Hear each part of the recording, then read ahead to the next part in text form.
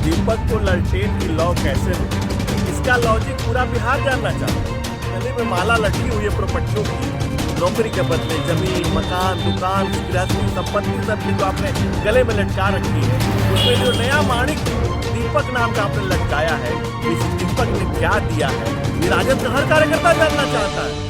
वाल्मीकि नगर में जो आपने टिकट बेचा, क्या राजद में कोई वैसा कार्यकर्ता नहीं है जो वाल्मीकि नगर का कार्यकर्ता है जिसको हम टिकट देते और चुनाव जीतता? बहनों को टिकट दिया जा रहा है, डबल दूसरी बहनों को टिकट दिया जा रहा है, भाई टिकट लड़ रहे हैं, राबड़ी जी चुनाव लड़ रही हैं।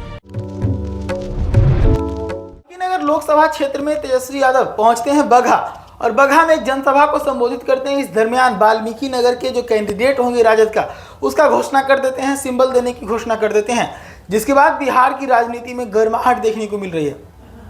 मैं आपको बता दूं कि दीपक यादव पहले से राजद के सदस्य नहीं थे, राजद की सदस्यता लेते हैं और सदस्यता लेने के साथ ही टिकट भी उनको मिल जाती है।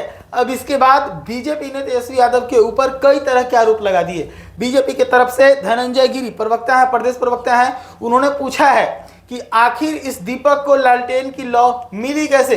तो वहीं उषा विद्यार्थी ने तेजस्वी यादव के ऊपर आरोप लगाया है कि वो अपने भाई बहनों को टिकट देते हैं और उसके बाद बाकी के टिकट को बेच देते हैं। तो ऐसे में राजद के कार्यकर्ता जो राजद को अपने कंधे पर लेकर घूम रहे हैं, वो कैसे रह पाएंगे? क्या कुछ इस पूरे मामले को लेकर कह रहे हैं धनंजय गिरी और उषा विद्यार्थी, सुनिए। दीपक को ललटेन की लौ कैसे मिली, इसका लॉजिक पूरा बिहार जानना चाहता है। खास करके राजद के वो कार्यकर्ता जानना चाहते हैं जिनके कंधे छिल गए, लालू परिवार की पालकी ढोते होते और लालू के बच्चे रहे महलों में सोते। तेजस्वी जी, अब तो इसको भी बल मिल रहा है इस बात को, जो आपके गले में माला लटकी हुई है प्रॉपर्टियों की, नौकरी के बदले जमीन, मकान, दुकान, गृहस्थी संपत्ति सब की जो आपने गले में लटका रखी है, उसमें जो नया माणिक दीपक नाम का आपने लटकाया है, इस दीपक ने क्या दिया है, ये राजद का हर कार्यकर्ता जानना चाहता है। क्योंकि सामाजिक न्याय के नाम पर लालू जी ने जो लूटा है, वो जो आपके परिवार के पास जो संपत्ति जमा है, जिस लालू यादव के घर पे खर नहीं था, वो खरबपत्ती कैसे हो गए?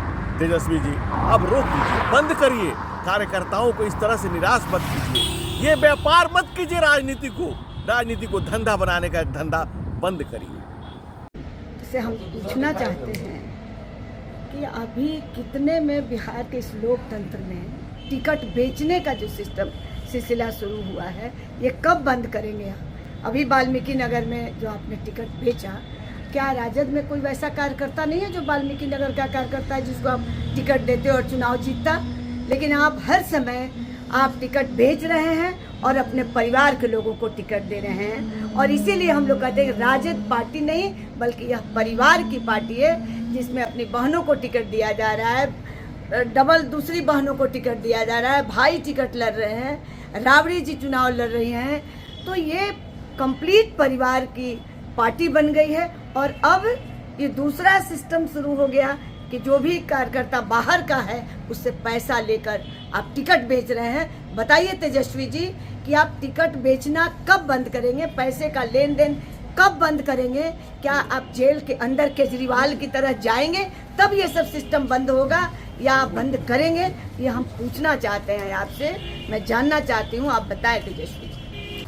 तो सुना आपने किस प्रकार से तेजस्वी यादव के द्वारा वाल्मीकि नगर के कैंडिडेट की घोषणा के बाद बीजेपी तेजस्वी यादव के ऊपर हमलावर है। लगातार बीजेपी के नेता ये आरोप लगा रहे हैं कि तेजस्वी यादव ने ये सीट बेच दी। इसी के कारण जैसे ही सदस्यता दिलाया कार्यकर्ता को, वैसे ही उसे टिकट भी दे दिया। ऐसी तमाम खबरों के लिए जुड़े रहिएगा द HD न्यूज के साथ। धन्यवाद।